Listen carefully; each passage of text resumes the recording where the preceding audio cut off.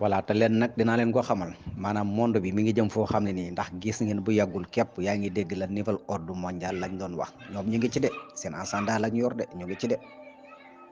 wax xam nga fii woo naa ay gaay yu baree bari ci débat ni leen la masix dajjal mi ñuy xaar ci benn bët te duñ ko gis ba mukk état de esprit lay doon ay nit ñu dajaloo fasanti ko yor alal ju dul jeex mais saytaane la ñuy liggéeyal. voilà loolu tamit je pense que lan la mooy boo xoolee la nouvel ordre mondial bi bari nañu ko tudd ci seen làmmañ te ñoom seen agenda la ñuy yor te dañ ciy dox di ci wax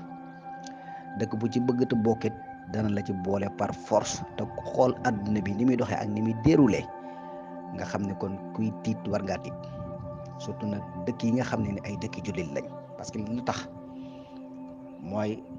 dajaloo dafa jot sëkk ci jullit yi dafa jot dajaloo di xàccandoo di dóorandoo surtout nag kilifa yi parce que li tax mooy bu yàggul yéen a ngi gis tey ñuy wax ni fële ca Makka Mohammed Ben Salman nga xam ne adduna bi yëpp fi mu toll moom la ñuy waxtaane mu daganal fa lii di sàngara loolu la kenn mënu koo woyafal kenn mënu koo moderniser ak fu mu mën a ba ni wax naan dañ koy jaare ci application man leen application gi yëpp a ci yem mënuñu koo moderniser ba Mohammed Salman daganulut sàngara biir Makka da ko faa daganal muy Madina te yaakaar naa ne loolu ku xam kan àdduna mi ni muy déroulé ak ñoom ci seen jëm bopp liñ wax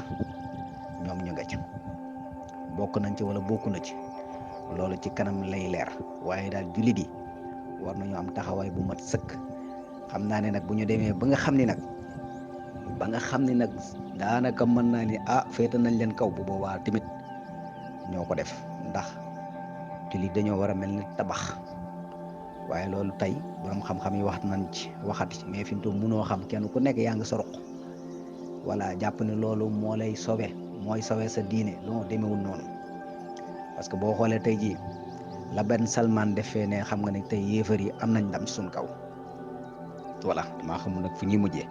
loolu yëpp nag c'est parce que boo ko dajalee ak yi xew ci àdduna bi ak yi xew ci réew jullit yi rawatina jullit yi nga xam dañ leen di gën a bàyyi xel loolu kan kenn ku nekk war ngaa dégg xam nga Sénégal dafa bokkoon ci réew yi nga xam ne nit ñi dañ leen di gën a bàyyi xel ci seen diine ci seen pas-pas mais nag attention bu ñu defut attention rek bu baax de kon yii daanaka mën naa ni li koy tëj li koy dindi mooy population bi voilà ñu xam ne nag adduna bi daa am fu mu jëm bu ko defee ñu jéem a protéger